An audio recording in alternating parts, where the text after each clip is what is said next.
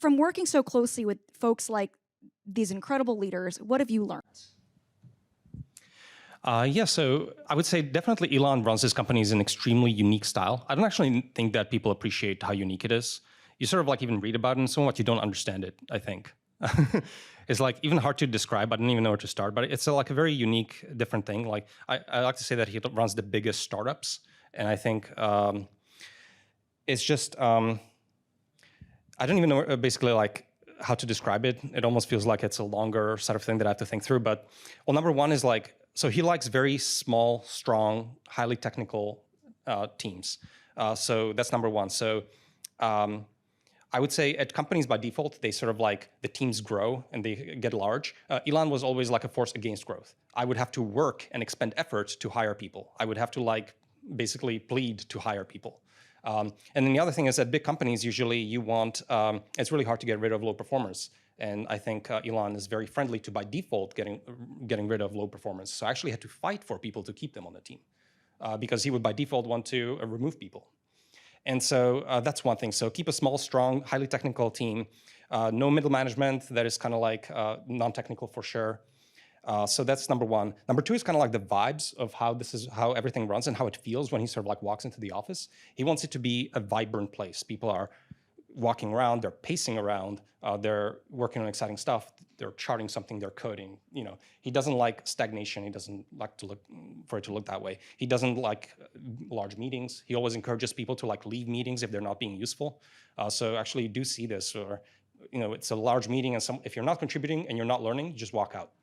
And this is like fully encouraged. And I think this is something that you don't normally see. So I think like vibes is like a second big lever that I think he really instills culturally. Maybe part of that also is like, I think a lot of bigger companies, they like pamper employees. I think like there's much less of that. It's like the culture of it is you're there to do your best technical work, and there's the intensity and so on. And I think maybe the last one that is very unique and very interesting and very strange is just how connected he is to the team. So usually a CEO of a company is like a remote person 5 layers up who talks to their VPs, who talk to their reports and directors, and eventually you talk to your manager. That's not how he runs companies, right? Like he will come to the office, he will talk to the engineers. Many of the meetings that we had were like, 50 people in the room with Elon, and he talks directly to the engineers. He doesn't want to talk just to the VPs and the directors. So normally people would spend like 99% of the time maybe talking to the VPs. He spends maybe 50% of the time, and he just wants to talk to the engineers. So if the team is small and strong, then engineers and the code are the source of truth. And so they have the source of truth, not some manager, and he wants to talk to them to understand the actual state of things and what should be done to improve it. So I would say like the degree to which he's connected with the team and not something remote is also unique.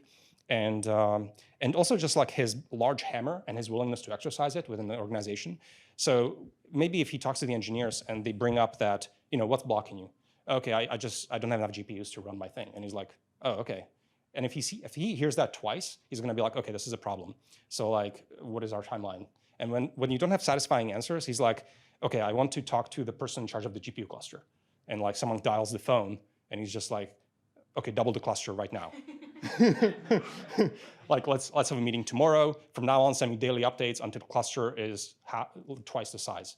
And then they kind of like push back and they're like, okay, well, we have this procurement set up, we have this timeline, and NVIDIA says that we don't have enough GPUs and it will take 6 months or something. And then you get a rise of an eyebrow. And then he's like, okay, I'm gonna talk to Jensen. And then he just kind of like removes bottlenecks. So I think the extent to which he's like extremely involved and removes bottlenecks and applies his hammer, I think is also like not appreciated. So I think there's like a lot of these kinds of aspects that are very unique, I would say, and very interesting. And honestly, like going to a normal company outside of that you definitely miss aspects of that.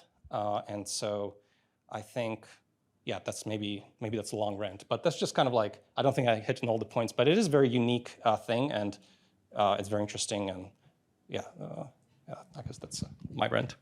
Hopefully tactics that most people here can employ. Taking a step back, you've helped build some of the most generational companies